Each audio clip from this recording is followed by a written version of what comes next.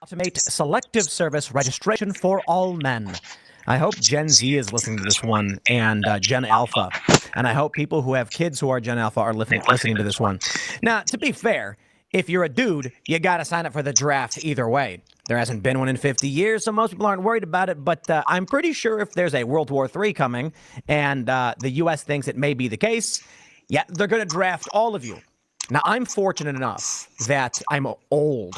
I am 38, and so I don't gotta worry about it. When you're between like 18 and 26, you're just like, oh, I hope a war doesn't break out where they're gonna make me fight it, and I don't gotta go fight for these crackpots. But Gen Alpha and Gen Z will have to. What is the cutoff for? Well, they and how are we defining men in the modern vernacular? So it'll go forever, right? If it's needed, it's just right. Like Ukraine's drafting women now and the elderly.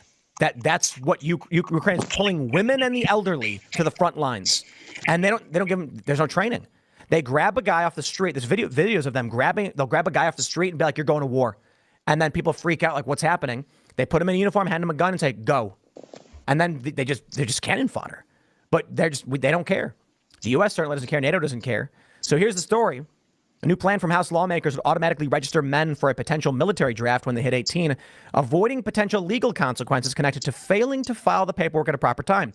Language included in the House Armed Service Committee's draft of the annual defense authorization bill would mandate the automatic registration of all males between 18 and 26 living in America in the selective service system, the federal database used for a military draft in the case of a national emergency.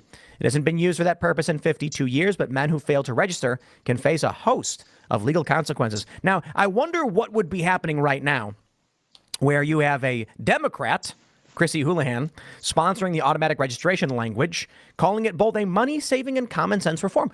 Why? I tell you this.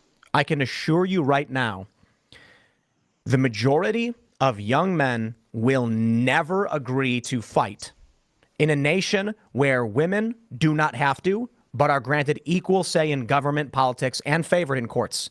There is a huge issue right now with the rise of the likes of Andrew Tate and Pearl Davis, and now you got Homath, and these channels exist for a reason.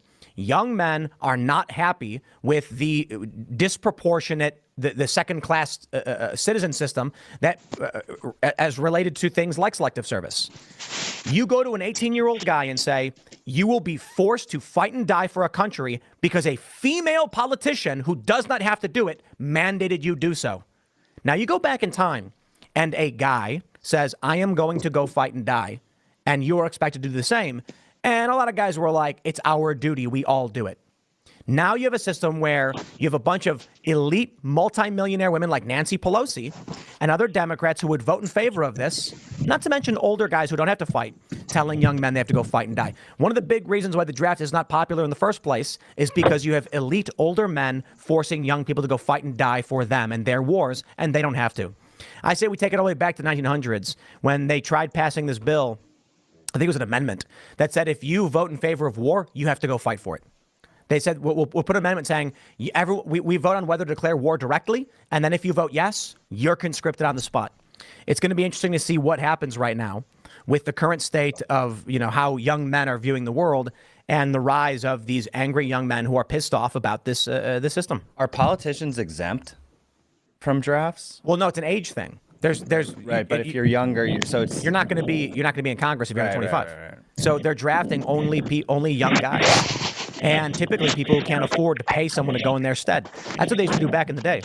If you were rich, you could pay someone to go to the draft for you. So if you got called in, they'd be like, okay, here's money. He'll do it. Yep. But I don't know if it's actually going to take off or if it's going to happen. But I do think it's interesting that they're actively trying to do it right now of all times. Yeah. Right. I do think it's fair for men to quit. In this video, we're going to talk about the military draft. All praise to Yahweh, Bahashem, Yahweh Shai. Double honor to the apostles and elders of Great Millstone. This video will be entitled Military Draft. The meat grinder needs more souls. The meat grinder needs more flesh. Currently, you have in Ukraine, the Russia-Ukraine war, people have begun being drafted. As you heard this video talking about it, the coming draft here, a bill being proposed by Congress. But you know it's just a matter of time. That's just a preliminary. Now they're taking people in Ukraine, and they're grabbing them off the streets. Elderly, I don't know how old, but they're older people, women, and they're handing them a gun. Like these guys said, they're not even training them, and I believe it. Now, will it get to that bad in America? I don't think so, but we know that there's going to be Armageddon, there's going to be war, there's going to be a World War III. And many people in America, Babylon the Great, are going to get drafted and fight. You're going to have to go there and fight and die. It's no mistaking. And they call that thing the Great Meat Grinder. What's going on currently with Ukraine and Russia. They call it the meat grinder because that's what's happening. People are just getting slaughtered. I saw another video that said they estimated that 1,500 Ukrainian troops are being killed a day. Just imagine how many people have been killed so far. So it's terrible. Now there was another statistic that said 500,000 people on the Ukrainian side had perished, and that's just troops they're talking about. And I don't believe that. I think that's a little bit inflated, but I could be wrong. Anyway, there's going to be a military draft in America, Babylon the Great, and you people that think you got all these rights and all this freedom, you love America so much, but now you're going to have to go and fight for it. Just a matter of time. In the scriptures, it does talk about a war to end all wars. Let's start at Joel chapter 3 verse 1. It says, the nations will be judged, for behold, in those days and in that time, when I shall bring again the captivity of Judah and Jerusalem. This means that the Israelites, the southern and the northern kingdom, will be let out of captivity.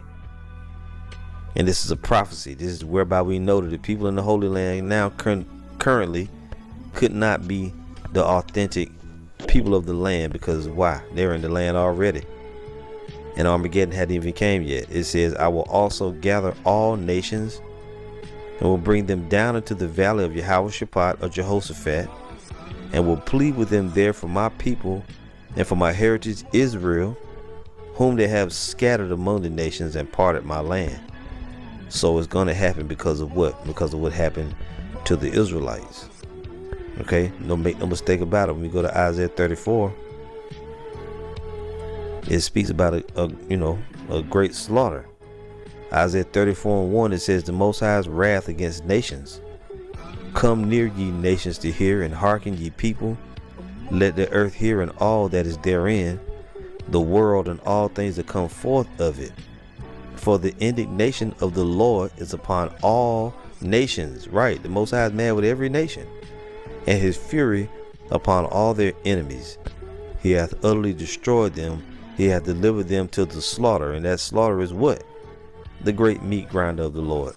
It's already being called that in the Ukraine-Russia war, but it's going to be even worse than that when all nations go into it and fight. As we've seen, the Lord is going to bring all nations. It says, their slain also shall be cast out, and their stink shall come up out of their carcasses, and the mountains shall be melted with their blood. So as this slaughter is called, we say World War III, but in the scriptures it's called Armageddon. Let's go to Revelation 6. I'm sorry, Revelation 16.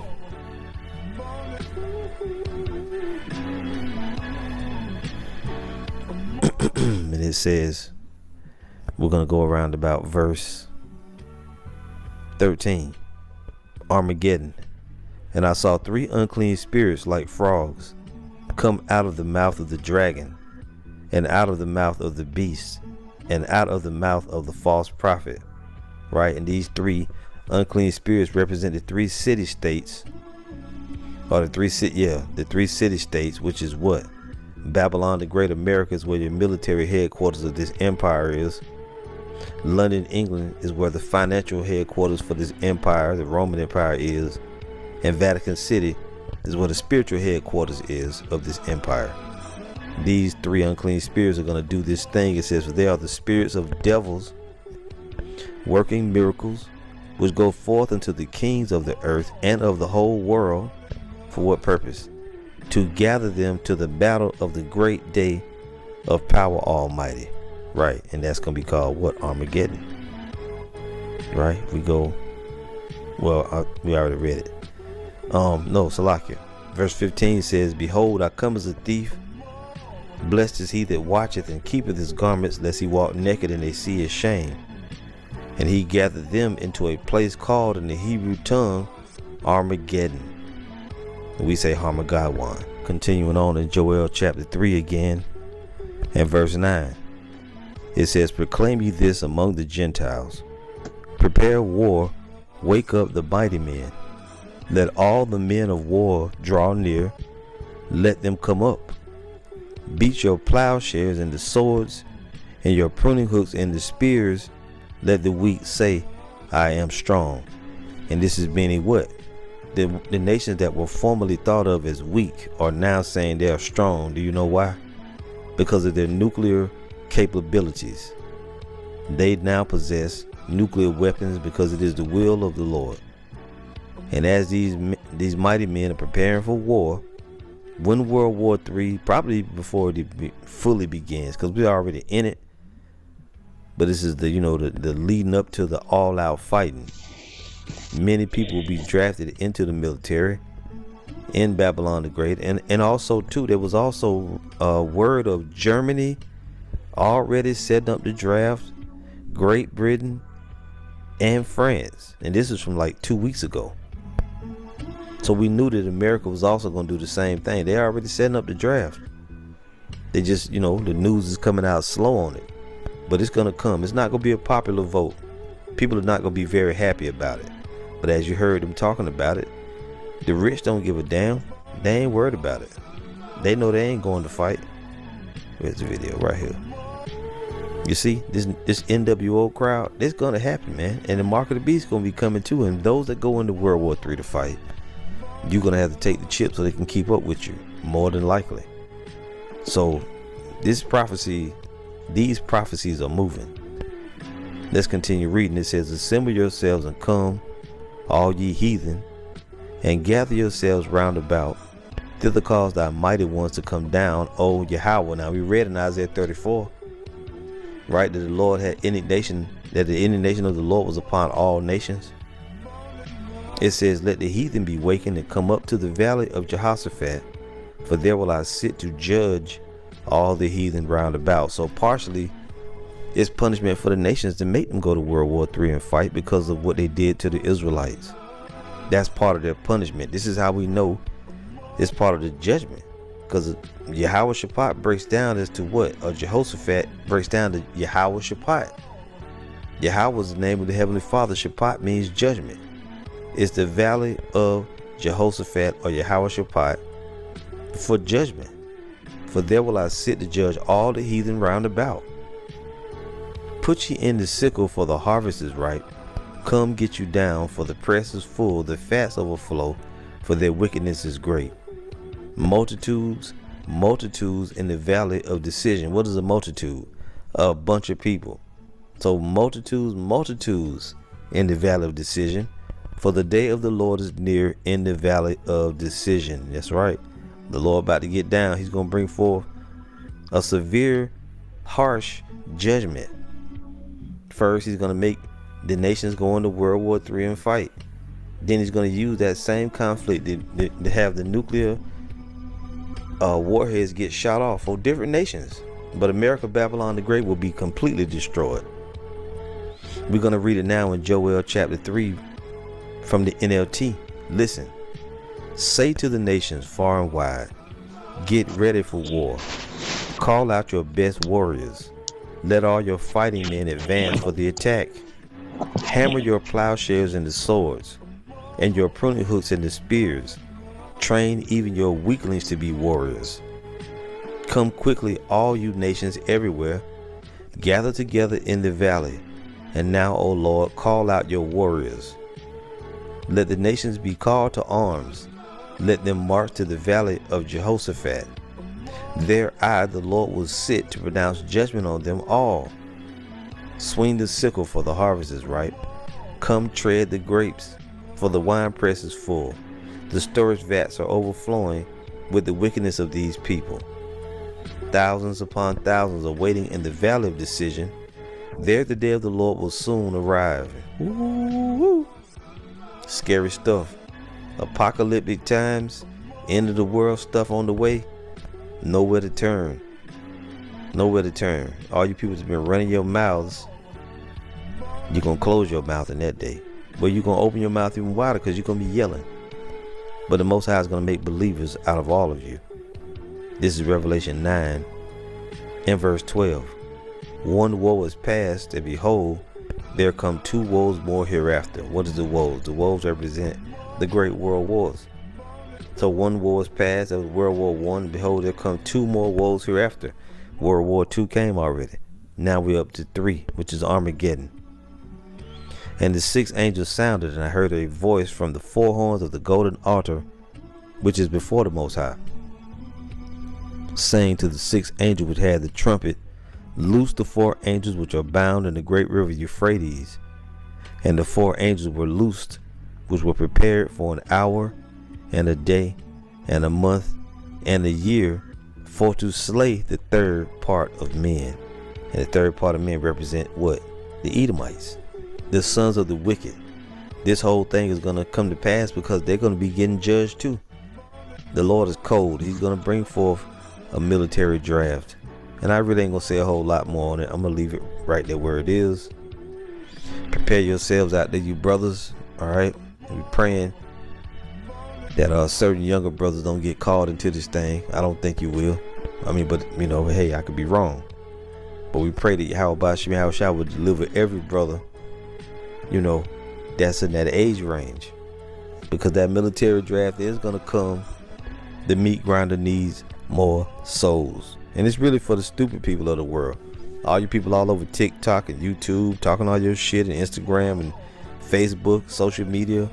A lot of you got your whole lives ahead of you, but you ain't going to live that long. Because you're going to go to the great meat grinder and you're going to get ground up. Thus said the Lord. Don't say it in those words, but it's there if you look. The military draft is on the way. The flesh, the meat grinder needs more souls. The meat grinder needs more flesh. We will see you again soon, Lord willing. All praise to Yahweh, Bahashem, Yahweh Shai. Shalom.